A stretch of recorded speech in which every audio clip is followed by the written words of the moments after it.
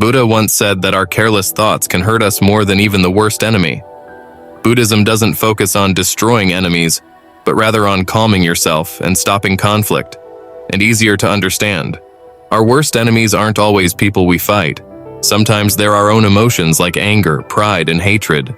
These inner foes can attack us when we're weak and cause us to make bad decisions. Someone we might see as an enemy can only truly defeat us if they stir up these negative emotions inside us. When we're blinded by anger or hate, we lose our best weapon, clear thinking. That's why wise people say the most important battle is the one within ourselves.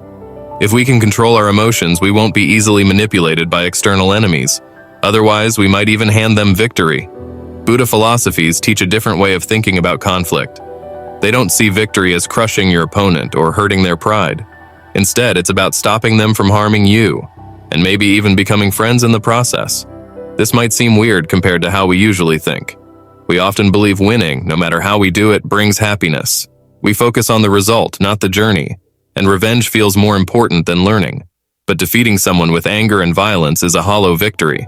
It might feel good for a short time, but it also stirs up negativity inside you. You might hurt them, but you also hurt yourself by unleashing those bad feelings.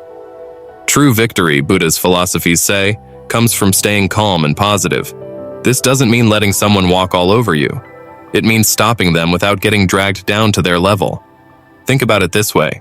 Someone you might consider an enemy can only truly overpower you if they manage to stir up these negative emotions within you. When you're blinded by anger or hate, you lose your greatest asset, your ability to think clearly. This is why Buddha's philosophies emphasize the importance of conquering our inner demons first. If we can master our emotions and stay calm, we won't be easily manipulated by external threats. Otherwise, we might find ourselves giving them the upper hand, almost handing them victory. Imagine a battle where your opponent's only real weapon is to make you lose control. By staying calm and collected, you render their attacks powerless. This is the true path to victory, according to Eastern thought. The Buddha said, "Only our own minds can lead us down a bad path, not some outside enemy." This means that if we want to avoid conflict and negativity, we need to master our own emotions. Zen Buddhists believe that our actions have a ripple effect, shaping the world around us. If we choose to react with anger or hatred, it just creates more anger and hatred. It's a cycle that benefits no one. Buddhist teachings tell us that conflict is pointless. It drains our energy, wastes our time, and ultimately destroys things instead of making them better. Instead, they encourage us to find peaceful solutions. This doesn't mean letting someone walk all over you, but rather finding ways to resolve issues without resorting to anger or violence. Buddhists don't believe in defeating your enemy through violence or destruction. Their approach is all about neutralizing the threat. This means stopping your enemy from harming you, but without causing them harm yourself. Think of it like a martial artist who avoids a fight altogether. They know the best way to win is to not fight at all. The real victory comes from everyone learning and growing from the situation. The key here is to make your enemies see that attacking you is pointless. Show them that their anger and hatred have no power over you. This doesn't mean being a pushover, but rather staying calm and collected. Non-violence is a core principle in Buddhism. Hurting any living thing, including your enemy, goes against their teachings. The first rule for Buddhists is to avoid harming anything. Their message is clear. Peace is the best path. Even in times of war, Buddhists are encouraged to have compassion for their enemies and try to stop the fighting. One famous teaching tells us to love our enemies, even if they're cruel. Violence only breeds more violence, but love can break the cycle. This commitment to peace is shown by many Buddhist figures, like the Dalai Lama. Many Buddhists have chosen death over violence, and their code forbids killing, even in self-defense. This can be a difficult situation for Buddhist countries. How do you protect your people without resorting to violence? Here's a story that sums up the Buddhist approach. A soldier who fought in the Vietnam War, veteran, argued with a famous Buddhist peace monk. The soldier couldn't understand why the monk would never fight back, even if his life or his religion were in danger. The soldier basically said, "Imagine if someone was trying to kill all Buddhists and you were the last one left. Wouldn't you defend yourself to save Buddhism?" The Buddhist monk replied calmly that even if he were killed, it wouldn't be the end of Buddhism. If the teachings of Buddhism are truly valuable, they would survive and be rediscovered by others later. Buddhists believe true victory comes from staying calm and peaceful. even in the face of an enemy. It's about stopping violence and finding solutions that benefit everyone. Let's explore 7 ways to destroy our enemy without fighting. 1. Inner peace. First, Buddhist monk, believe your biggest enemy is your own anger, fear, etc. Deal with those emotions first and you'll be stronger. In the journey of life, we often face battles within ourselves. Our emotions like anger, fear, and doubt can become our greatest enemies, hindering our path to inner peace. Inner peace is a state of harmony within oneself. It is not the absence of conflict or stress, but a deep sense of contentment and acceptance. Our inner demons are the negative emotions hold us back from inner peace. These emotions often stem from past experiences, traumas, or limiting beliefs. Inner demons can have a profound impact on our mental, emotional, and physical well-being. They can lead to stress, anxiety, depression, and even physical ailments if left unchecked. Moreover, they can damage our relationships, career, and overall quality of life. Instead of focusing solely on external challenges, we must turn our attention inward and address the root causes of our inner turmoil. The first step in conquering inner demons is self-awareness. Take time to reflect on your emotions, thoughts, and behaviors. Practice mindfulness to stay present and grounded in the moment. Mindfulness techniques such as meditation, deep breathing, and body scans can help calm the mind and reduce the intensity of negative emotions. Learn healthy ways to express and manage your emotions. Instead of suppressing or lashing out in anger, find constructive outlets such as journaling, talking to a trusted friend, or engaging in physical activity. Let go of past hurts and grudges through forgiveness. Holding on to resentment only fuels negative emotions and prevents healing. Practice forgiveness for yourself and others to free yourself from emotional burdens. Replace negative self-talk with positive affirmations. Affirmations such as "I am worthy," "I am capable," and "I am deserving of love" can help rewire your subconscious mind and boost self-esteem. Focus on what you have rather than what you lack. Keeping a gratitude journal, or simply taking a few moments each day to reflect on what you're thankful for can shift your thoughts and promote inner peace. 2. Don't get played. If someone tries to make you angry, it's like giving them a weapon. Stay calm and don't let them control you. In life, we encounter situations where others may try to provoke us or push our buttons. However, reacting angrily only gives them power over us.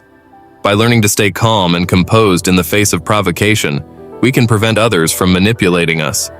It allows us to respond thoughtfully rather than react without thinking, giving us power over our own actions and reactions. When we react emotionally, we become vulnerable and lose control over our actions and decisions. This gives the manipulator an advantage, allowing them to dictate the outcome of the situation. When we remain calm, we can think clearly, assess the situation, and choose the most appropriate response.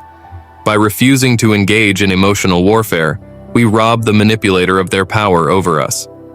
Practice techniques such as deep breathing, mindfulness, or visualization to stay grounded and centered when faced with provocation. Taking a moment to pause and collect your thoughts can help prevent impulsive reactions. Establish clear boundaries with others, and communicate them assertively. Let others know what behavior is unacceptable, and be prepared to enforce consequences if they continue to push your boundaries. When someone tries to anger you, resist the urge to react emotionally. Instead, maintain your composure and respond calmly or disengage from the situation entirely if necessary. Talking to someone impartial can provide perspective and help you devise a plan of action. Practice self-care and well-being to build resilience against manipulation. Make time for activities that bring you joy, relaxation, and fulfillment. 3. Waste of time. Show them fighting is pointless. It just drains everyone's energy and solves nothing. Engaging in fights rarely leads to meaningful solutions. Instead, it drains our energy, damages relationships, and leaves everyone feeling frustrated and exhausted. Conflict arises when individuals or groups have differing interests, beliefs, or needs that clash with one another. It can manifest in various forms, including arguments, disagreements, power struggles, and even physical confrontations. Engaging in fights rarely leads to positive outcomes. Instead, it continues a cycle of negativity, escalates tensions, and damages relationships. One of the most effective ways to show others the futility of conflict is by leading by example. Instead of fighting when faced with disagreements, show patience, empathy, and a willingness to listen. Effective communication is essential for resolving conflicts peacefully. Encourage open, honest dialogue where each party feels heard and understood. Avoid blame, criticism, and personal attacks, and focus on finding common ground and mutually acceptable solutions. Shift the focus from winning to cooperation. Encourage parties involved in a conflict to work together towards finding solutions that benefit everyone involved. 4. Love, not hate. Even if someone's mean, respond with kindness. It might surprise them and break the cycle of anger. Even when faced with meanness or aggression, responding with love and compassion has the power to transform hearts, break down barriers, and develop connection. By choosing love over hate, we can break the cycle of anger, foster connection, and create a more compassionate and harmonious world. Every act of kindness, no matter how small, has the power to make a difference in the lives of others and in our own hearts. Unlike hate, which breeds division and animosity, kindness fosters unity, understanding, and a sense of belonging. Put ourselves in the shoes of others and try to understand the underlying motivations behind their behavior. Recognize that hurt people often hurt others, and respond with compassion rather than judgment. Respond to meanness or negativity with words of kindness and encouragement. Speak gently and respectfully, even in the face of hostility. Your words have the power to uplift and inspire, so use them wisely. Let go of grudges and resentments by offering forgiveness to those who have wronged you. Forgiveness is not about condoning hurtful behavior, but releasing yourself from the burden of anger and resentment. Be a beacon of kindness in your interactions with others. Show patience, understanding, and compassion, even in difficult situations. Actions speak louder than words and can inspire others to follow suit. Extend kindness to yourself by practicing self-compassion. Treat yourself with the same love and understanding that you would offer to a friend in need. Look for opportunities to find common ground and build bridges with others, even those with whom you may disagree. Focus on what unites us rather than what divides us, and approach interactions with an open heart and mind. Cultivate a spirit of gratitude for the kindnesses you receive and the opportunities you have to spread love in the world. Express gratitude freely and generously, both to others and to yourself. 5. Be unbreakable. Don't let their negativity affect you. Be like a rock they can't push over. In life, we encounter negativity in various forms: criticism, rejection, setbacks, and even outright hostility. However, allowing others' negativity to affect us can weaken our confidence and hinder our progress. By cultivating resilience and inner strength, we can become unbreakable, like a rock that cannot be pushed over. Resilience is the ability to bounce back from difficulty, challenges, and setbacks stronger and more determined than before. It is about facing difficulties with courage and a positive mindset rather than allowing them to defeat us. Being unbreakable means refusing to allow others' negativity to define or defeat us. We recognize that setbacks are temporary and setbacks are opportunities for growth and learning. Embrace challenges as opportunities for growth and learning. Instead of viewing setbacks as failures, see them as valuable lessons that can help you become stronger. Challenge negative thoughts and beliefs with positive affirmations and self-talk. Replace self-doubt with confidence, fear with courage, and criticism with self-compassion. Speak to yourself as you would to a trusted friend, with kindness and encouragement. Surround yourself with supportive and positive individuals who uplift and encourage you. Protect your mental and emotional well-being by setting boundaries with negative influences. Limit your exposure to toxic individuals, environments, or media that drain your energy or undermine your confidence. Focus on surrounding yourself with positivity and inspiration. Prioritize self-care activities that nourish your mind, body, and spirit. Make time for activities that bring you joy, relaxation, and fulfillment, whether it's exercising, spending time in nature, practicing mindfulness, or pursuing hobbies and interests. 6. Words can hurt too. Avoid insults and name-calling. Words have the power to uplift, inspire, and connect us, but they can also hurt, wound, and divide. In the heat of the moment, it can be tempting to resort to insults and name-calling when we feel angry or frustrated. However, these words only escalate conflicts, deepen wounds, and damage relationships. The words we choose have the power to either heal or harm, to build up or tear down. By choosing kindness over insults and name-calling, we can break the cycle of hurt and negativity and foster healthier, more respectful relationships. Hurtful words, such as insults, name-calling, and derogatory language, can have a lasting impact on both the speaker and the recipient. They can erode self-esteem, damage self-confidence, and contribute to feelings of shame, guilt, or worthlessness. Moreover, hurtful words can strain relationships, cause resentment, and create barriers to communication and understanding. When we respond to conflict with insults and name-calling, we continue a cycle of hurt and negativity. Hurtful words can linger long after the initial conflict has passed, poisoning relationships and undermining trust. Instead of anger or frustration, we can respond with patience, understanding, and respect. By choosing kindness over insults, we create a more positive and supportive environment. Before responding in a heated moment, take a moment to pause and reflect on our words. Sometimes, simply taking a breath can help diffuse tension and prevent hurtful words from being spoken. Put yourself in the shoes of the other person and try to understand their perspective and feelings. Empathy allows us to connect with others on a deeper level and respond with compassion rather than hostility. Everyone is fighting their own battles, and kindness can go a long way in easing their pain. When expressing our thoughts or feelings, use I statements to take ownership of your emotions and avoid placing blame. For example, instead of saying, "You always make me angry," try saying, "I feel frustrated when." This approach promotes open and honest communication without resorting to insults or accusations.